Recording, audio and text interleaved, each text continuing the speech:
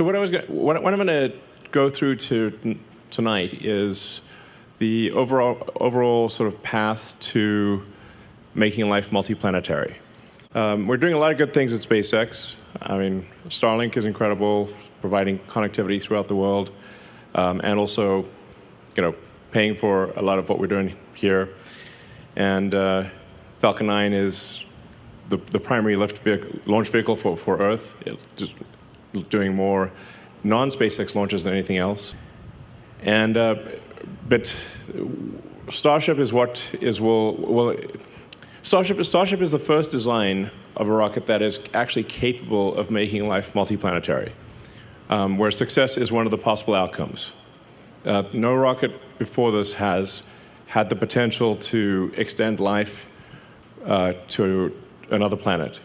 There's a high urgency to making life multiplanetary, because this is the first time in Earth's 4.5 billion year history that it's been possible to extend life or consciousness beyond Earth.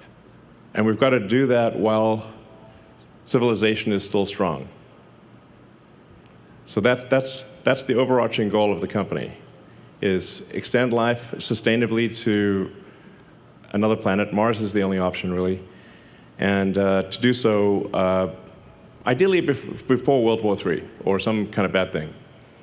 The key thing is that we need enough people and enough tonnage on Mars such that Mars can survive and continue consciousness even if something would happen to Earth.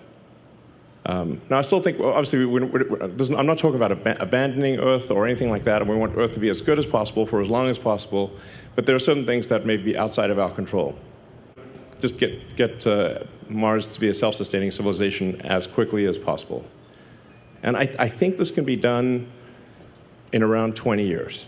And this giant Starship factory that we're building is obviously key to that. And the launch sites that we're building here and at the Cape and elsewhere in the future will be key to that. So let's just go through that. This is the final go, no go poll for Flight 3 of Starship. Goodbye 2. Go. Stage 1. Go. Stage 2. Go. Flight directors, go for launch.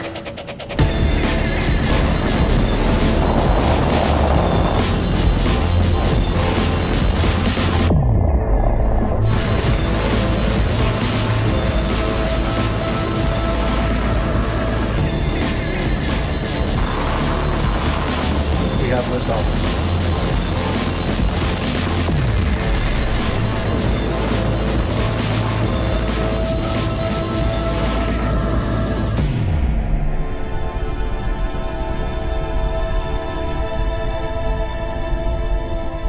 Vehicles pitching downrange.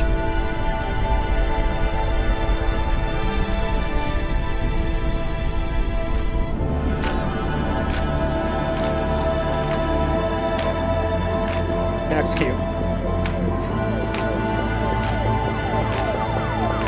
Vehicle supersonic.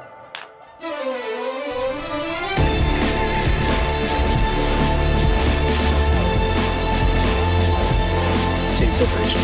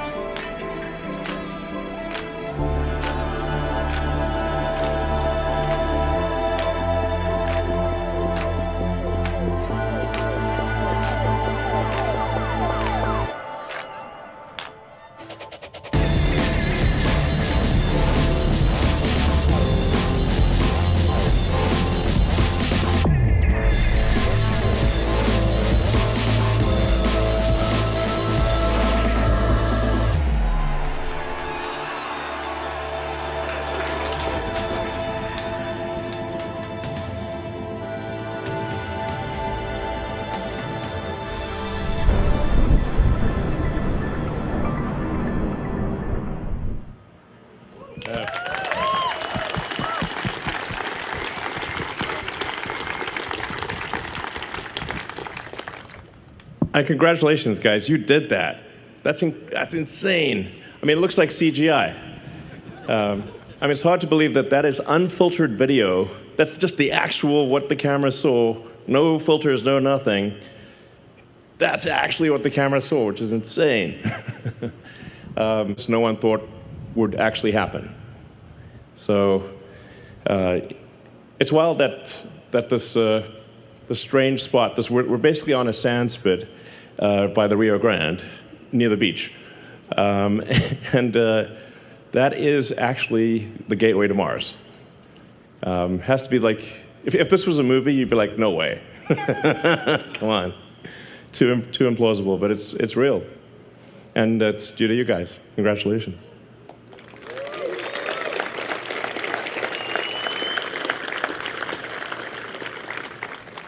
This is a side-by-side of the 3 flights. You can see how thrust to weight improved significantly.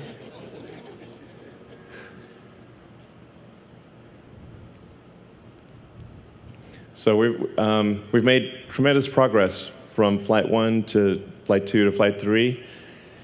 And we got Flight 4 coming up in about a month or so. And with Flight 4, we should, if we get, if fate smiles upon us, we'll get through the high heating regime and smash into the ocean at a controlled spot.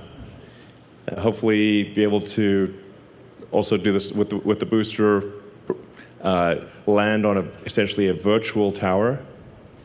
If the landing on the virtual tower with the booster works, then we will actually try with Flight 5 to come back and land on the tower. Yeah.